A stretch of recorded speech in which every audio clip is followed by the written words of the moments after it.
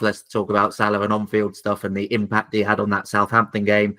I mean, not his best game by any stretch of the imagination in total, but he had the defining save, the 2 goals to turn 2-1 into 3-2, and an absolute crucial victory. Put Liverpool 8 points clear, nowhere near their best, but capitalising on Man City losing again. Huge loss at home to Tottenham. Probably the most chastening of defeat of the lot so far for Man City in this poor run they're going on. And it was so crucial for Liverpool to capitalise on that. It felt like such a big moment for them to go 8 points clear, to get the 3 points, not to drop points against bottom of the league as well. Also crucial in a game they were always expected to win. It did feel to me, I don't know how you feel, but it felt to me like a game that they went into thinking, okay, this is going to be the easiest game we've had in a long time and will have for a long time.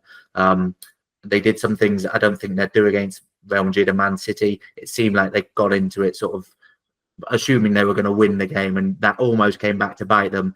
But thankfully, they got the job done.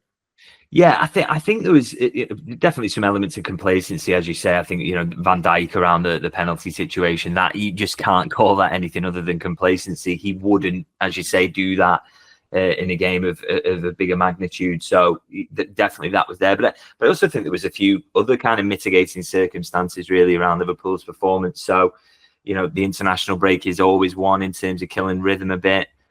Away from home, there's been a lot fewer away wins in the Premier League this season. It is just proving much harder to win away from home, even against the 20th best side. And they've played pretty well against Arsenal and Manchester City so far this season, by the way. So I think the weather was one. Those blustery conditions, I don't think it's any coincidence that Canate and Van Dijk looked a little bit uncertain at times.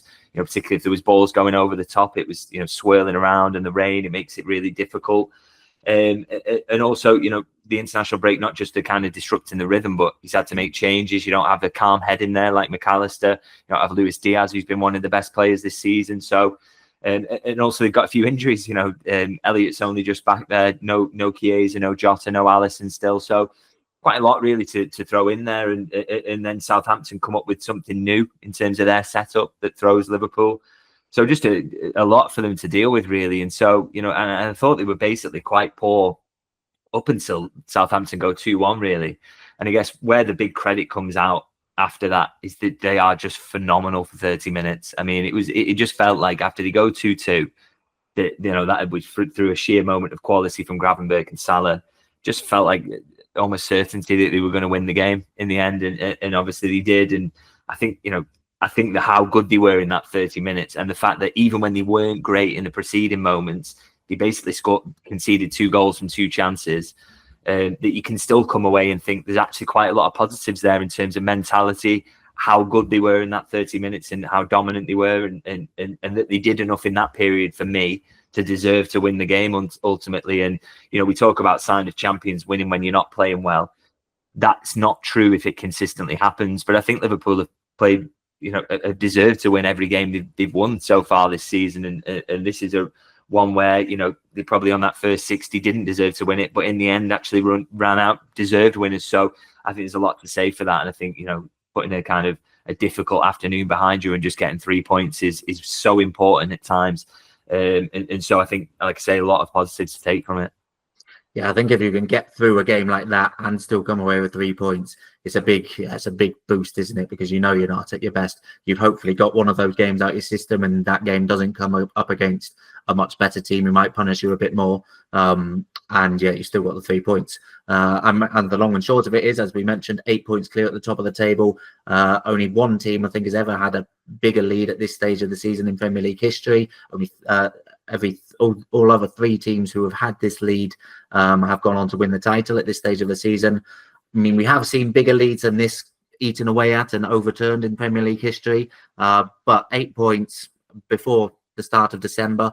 Obviously, we'll talk about Man City a bit later, but could be 11 points hopefully by next week. Liverpool have now got to be firm favourites for the title. They've got to be considered the front runners. How does that frame Slot's first season? So if Liverpool don't go and win the title from here and finish second, if you're giving Liverpool second place at the start of the season, everyone would say, great first season from Slot. They don't win the title from here. Does that frame it a bit differently now? I think they would be extremely disappointed not to win it from here. And I'm not saying, it is still we're late November. There's still a long way to go. Still 26 games, is it? So that is an awful lot of season to play. But it's these kinds of leads it's so big that it does. You get to a point where the lead is so big that it's very, very hard outside of a collapse to give it up. And I think Liverpool have got all the tools to go deep in the title race. They should feel that a lot of these players have won the league.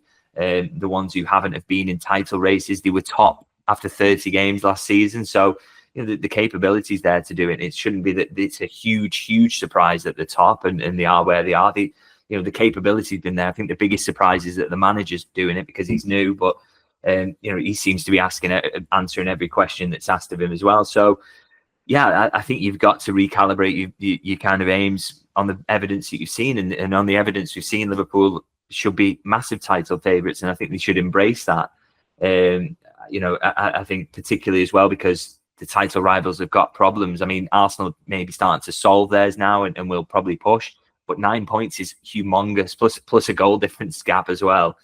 And City have problems that I just don't think they're going to be able to solve this season, to be honest, or not to the degree that they're going to put up 95 points or anything like that. So, Liverpool, for me, have to embrace the fact that they're massive favourites and go out there and try and get it won because, first season or not, if you get yourself in this kind of position, you have to make the most of it. And if there's a bit of luck to the fact that Arsenal have had a few red cards and injuries and City are not what they were and they're kind of dropping off a little bit, then sometimes that's what title races are about. Sometimes you do get a little bit lucky with things. I'm thinking, maybe Rodri gets that handball call against him at Everton in that title race. Liverpool lose by a point, or if Liverpool in the season that they win it, I know that they absolutely run away with it, but it kind of gets forgotten that Leroy Sané and Laporte both suffer ACL injuries at the start of that season for City, which clearly weakens them. So sometimes it is about making the most of your good fortune, and Liverpool would probably feel that in title races in the past they've not had an awful lot of that. So if they've got a big slice of it here with how the rivals are, then go and make the most of it and go out and keep winning games because. Yeah, I just think when you get a lead like this, you can't wrap this up as anything other than disappointing if you don't go and convert this now. Do you think that changes any plans maybe in January? We've spoken about it's difficult in January, but I mean Liverpool have got a pretty good record of strengthening in January over the last decade or so, really. Do you think maybe they need to recalibrate those plans? Because I mean, if we go back to, was it 13-14 season where Liverpool were pushing for the title and arguably didn't do as much as they should have done to capitalise on that unexpected title challenge. This isn't as unexpected as that title challenge, but still, I think most people had Liverpool third favourites. Certainly no one had Liverpool 8 points clear at this stage of the season. If there's anywhere to strengthen in January, is that going to now be forefront of their mind and that would have maybe pushed the plans forward? Or is it still, Liverpool's usual method of, if the right player's available, we'll go for them, but we're not going to just go for the sake of it?